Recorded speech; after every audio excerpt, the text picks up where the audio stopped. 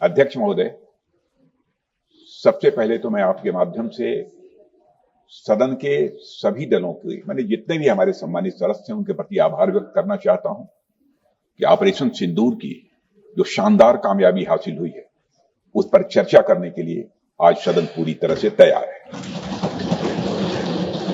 अध्यक्ष महोदय, सबसे पहले मैं इस सदन के माध्यम से मैं देश के उन वीर सपूतों को, उन बहादुर सैनिकों को नमन करता हूं जिन्होंने की राष्ट्र की सीमाओं की रक्षा के लिए आज जब भी आवश्यकता पड़ी है अपना बलिदान देने में वह पीछे नहीं रहे। आज भी वह तैयार हैं और आज भी वह तत्पर हैं। साथ ही मैं उन सैनिकों की स्मृति को भी अध्यक्ष महोदय नमन करता हूं जिन्होंने की भारत की एकता और अखंडता सुनिश्चित करने के लिए अपना सर्वस्व बलिदान कर दिया। मैं पूरे देश की तरफ से सेनाओं के सभी जवानों के प्रति कृतज्ञता व्यक्त करता हूं। अध्यक्ष महोदय, आज मैं आपकी अनुमति से ऑपरेशन सिंदूर से जुड़े कुछ महत्वपूर्ण तथ्यों और विषयों को सदन के समक्ष रखने के लिए यहां खड़ा हूं। अध्यक्ष महोदय, 6 और 7 मई 2025 को भारतीय सेनाओं ने ऑपरेशन सिंदूर के नाम से एक ऐतिहासिक सैन्य कार्रवाई को अंजाम दिया।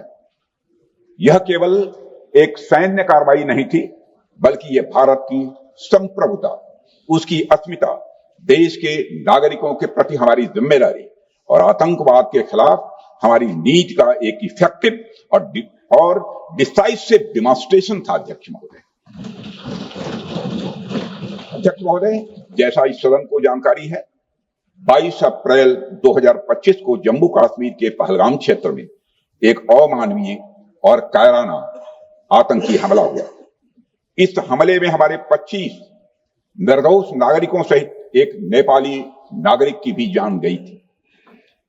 उन निर्दोष लोगों की जान उनका धर्म पूछ कर लिया गया।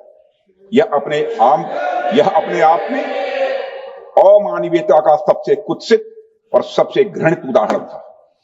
यह घटना भारत की सहन शक्ति की सीमा की भी मैं मानता हूं परीक्षा थी। अध्यक्ष महोदय, इस हमले के तुरंत बाद हमारे प्रधानमंत्री श्री नरेंद्र मोदी जी ने तीनों सेनाओं के प्रमुखों की एक उच्च स्तरीय बैठक की और उन्हें छूट दी गई कि वे अपने विवेक, स्ट्रेटेजिक अंडरस्टैंडिंग और रीजनल सिक्योरिटी सिचुएशन को ध्यान में रखते हुए वह निर्णायक कार्रवाई करें। इसके बाद हमारे सैन्य नेतृत्व ने न केवल अपनी मैच्योरिटी दिखाई, बल्कि उस स्ट्रेटेजिक विजडम का भी परिचय दिया जिसकी उम्मीद भारत जैसी एक रिस्पॉन्सिबल पावर से की जाती है। अध्यक्ष महोदय, ऑपरेशन सिंदूर को अंजाम देने से पहले हमारी सेनाओं ने हर पहलू का बहुत ही गहराई के साथ अध्ययन किया। हमारे पास कई विकल्प थे, लेकिन हमने उस विकल्प को चुना जिसमें आतंकवादियों और उनके ठिकानों को अधिकतम नुकसान पहुंचे और जिसमें पाकिस्तान के आम नागरिक को कोई क्षति न होने पाए, इस बात की भी हम लोगों ने चिंता की। अध्यक्ष महोदय, हमारी सेनाओं द्वारा की गई वेल कोऑर्डिनेटेड स्ट्राइक्स ने 9 टेररिस्ट इंफ्रास्ट्रक्चर टारगेट्स को प्रिसीजन के साथ, सटीकता के साथ हिट किया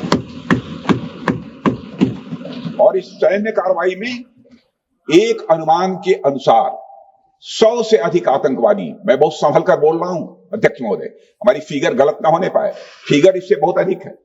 100 से अधिक आतंकवादी, उनके ट्रेनर, उनके प्रशिक्षक, उनके हैंडलर, लश्कर-ए-तोयबा और हिजबुल मुजाहिदीन जैसे आतंकवादी संगठनों से संबंधित थे। ये वही आतंकी संगठन हैं जिन्होंने पाकिस्तान की सेना और ISI का जिन्हें खुला समर्थन प्राप्त है।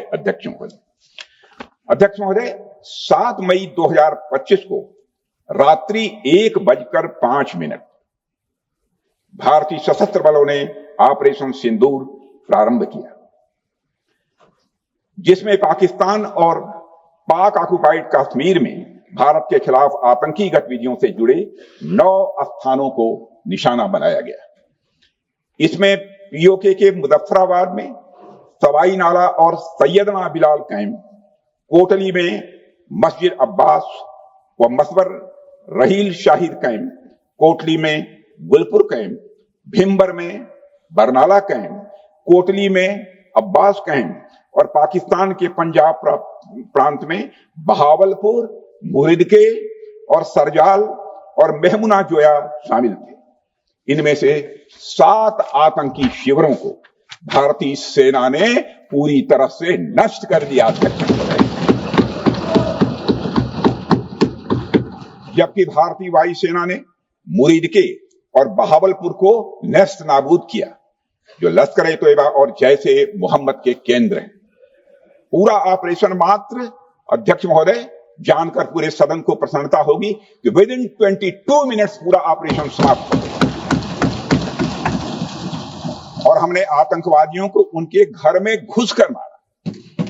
सशस्त्र बलों ने हमारी माताओं और बहनों के सिंदूर का बदला लिया और प्रत्येक भारतीय इस भावना से ओत प्रोत हो गया। अध्यक्ष महोदय, मैं चाहूंगा कि पूरा सदन एक बार हमारे सेना के बहादुर जवानों के शौर्य और पराक्रम।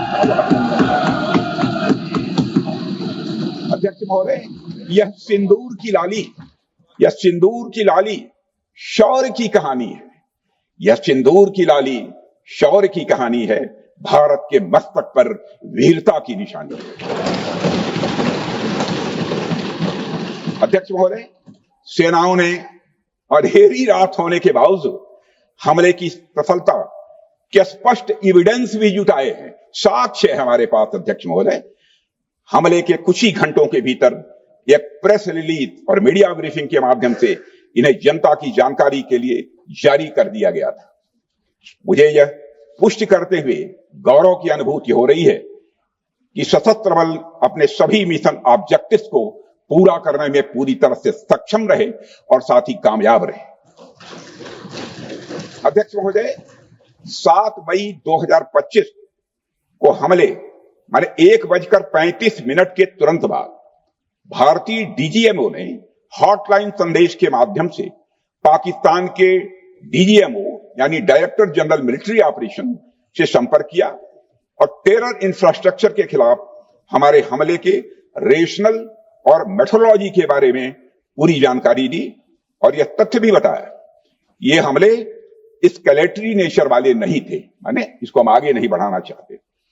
जिन मोहि मारा तिन मोहि मारे। अध्यक्ष महोदय, जिस प्रकार प्रभु हनुमान ने लंका में अपनी रणनीति बनाई थी, उसी प्रकार हमने भी उन्हीं को निशाना बनाया जिन्होंने हमें नुकसान पहुंचाया था।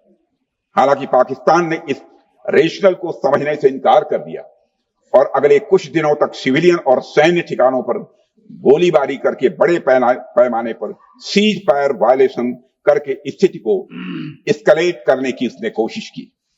अध्यक्ष महोदय, 7-8 मई 2025 की रात को क्लियरली आइडेंटिफाइड आतंकवाद संबंधी ठिकानों पर हमारे सफल ऑपरेशन के बाद, सफल हमले के बाद पाकिस्तान ने स्थिति को एस्केलेट कर दिया और अनमैन्ड एरियल सिस्टम और अन्य साधनों का उपयोग करके भारतीय वायुसेना के बेसेस, भारतीय वायुसेना के सेंसर और सेना के फॉर्मेशन हेडक्वार्टर से लेकर ब्रिगेडों तक पर भी उसने हमला कर दिया।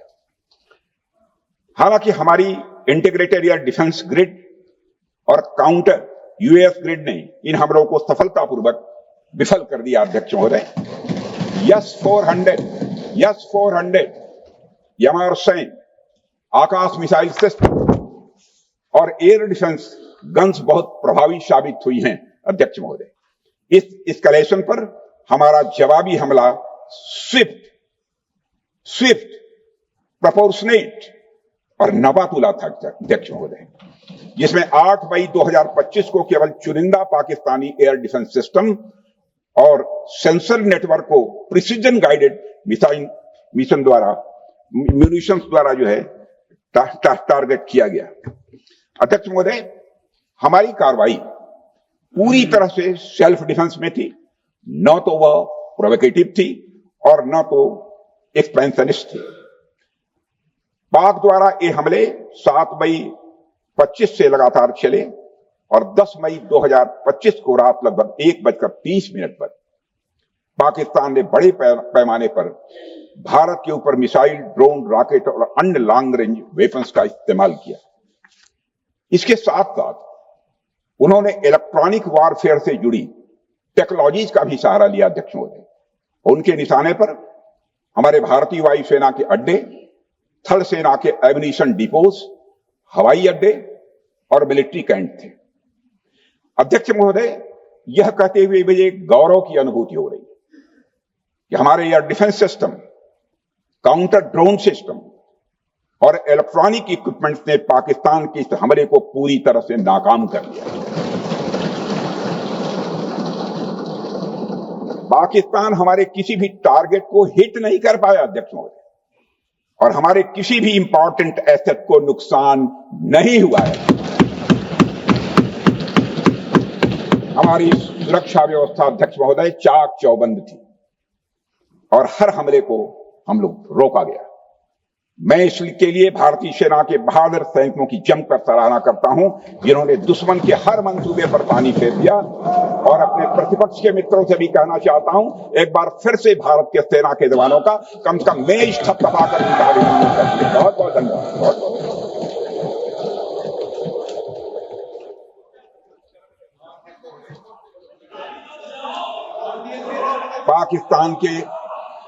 पाकिस्तान के इस हमले के जवाब में हमारी कार्रवाई साहसिक थी, ठोस थी और प्रभावी थी। भारतीय वायुसेना ने वेस्टर्न फ्रंट पर पाकिस्तान के हवाई अड्डों, command and control systems, military infrastructures और एयर डिफेंस सिस्टम को निशाना बनाया और इस मिशन को हमारी सेनाओं ने सफलतापूर्वक अंजाम देने में कामयाबी हासिल की। अध्यक्ष महोदय, हमारी सेनाओं ने चकलाला, सरगोधा, रफीकी, रहीम यार खान, जैकबाबाद, सुक्कुर और भोलारी जैसे बड़े एयरबेस पर प्रहार किया और पूरी दुनिया ने भारतीय वायुसेना के शौर्य और पराक्रम की तस्वीर देखी।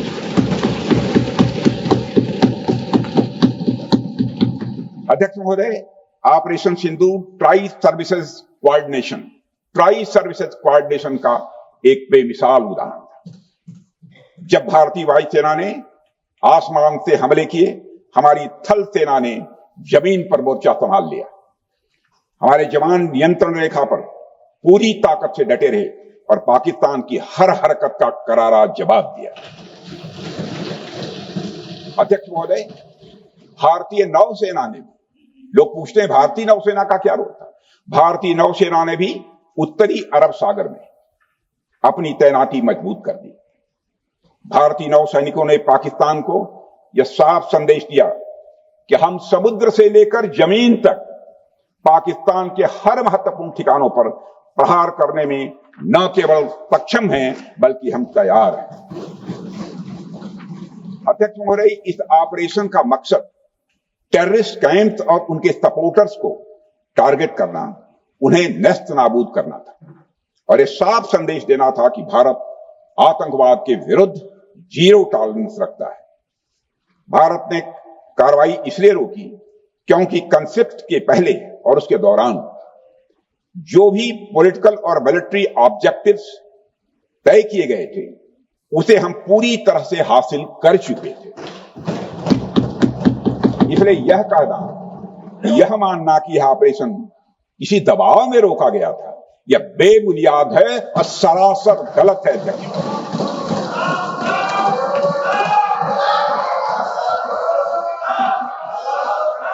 मैं सदन को फिर से आश्वस्त करना चाहता हूं, आपने राजनैतिक जीवन में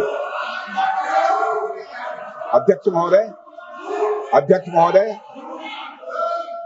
मैं आपके माध्यम से सदन को आश्वस्त करना चाहता हूं, अपने राजनीतिक जीवन में जानबूझकर कभी भी असत्य न बोलूं, इसकी भरपूर कोशिश की है मैंने, चाहे सदन हो अथवा सदन के बाहर।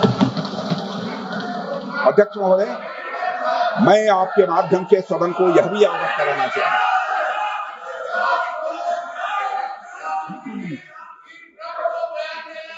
प्लीज बैठिए। आप क्यों खड़े? अध्यक्ष महोदय, मैं आपके माध्यम से सदन को यह भी अवगत कराना चाहूंगा कि सीमा पार करना या वहां की टेरिटरी कैप्चर करना इस ऑपरेशन का उद्देश्य नहीं था। ऑपरेशन सिंदूर प्रारंभ करने का मकसद था अध्यक्ष महोदय उन टेरर नर्सरीज को खत्म कर देना जिन्हें पाकिस्तान ने बरसों से पाला पोसा था। और यह ऑपरेशन उन मासूम परिवारों को न्याय दिलाने के लिए लॉन्च किया गया था जिन्होंने पाक स्पॉन्सर्ड टेररिस्ट अटैक्स में अपने प्रियजनों को खोया था। हमारी सेनाओं ने सिर्फ उनको टारगेट किया जो इन आतंकियों को सपोर्ट करते हुए भारत पर हमला करने की कोशिश में लगातार शामिल थे।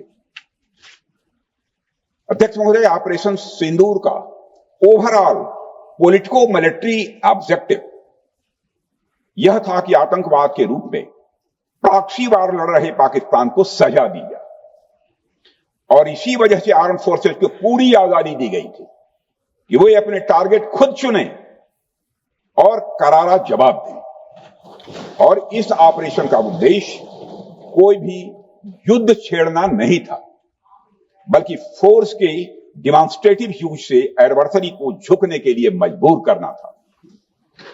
10 मई की सुबह जब भारतीय वायुसेना ने पाकिस्तान की मल्टीपल एयरफील्ड पर करारा प्रहार किया तो पाकिस्तान ने हार मान ली अध्यक्ष महोदय, और हॉस्टिलिटी रोकने की कोशिश की। अब रोक दीजिए महाराज। उन्होंने एक कोशिश की, हमारे डीएमओ से बात की, महाराज अब रोक दीजिए, बहुत हो गया। यह पेशकश इस कैबिनेट के साथ स्वीकार की गई थी। उन्हें रुकिए तो रुकिए, बता देगा, बता दी।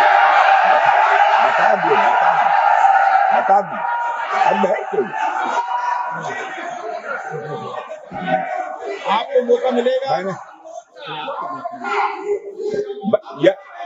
यह क्यों रुका, इसका पहले ही मैं पूरी तरह से वर्णन कर चुका है अध्यक्ष महोदय। मैं नेता प्रतिपक्ष को बहुत सम्मान के साथ कहना चाहता हूं कि कृपया एक बार मेरा पूरा भाषण पूछ लें। आपको प्रश्न पूछने की पूरी आजादी है, आप पूछ सकते हैं, मैं उसका उत्तर दूंगा।